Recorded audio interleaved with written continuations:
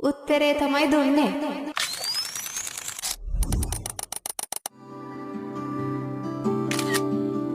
සිත්මානේ ගෑවී ඇවිත්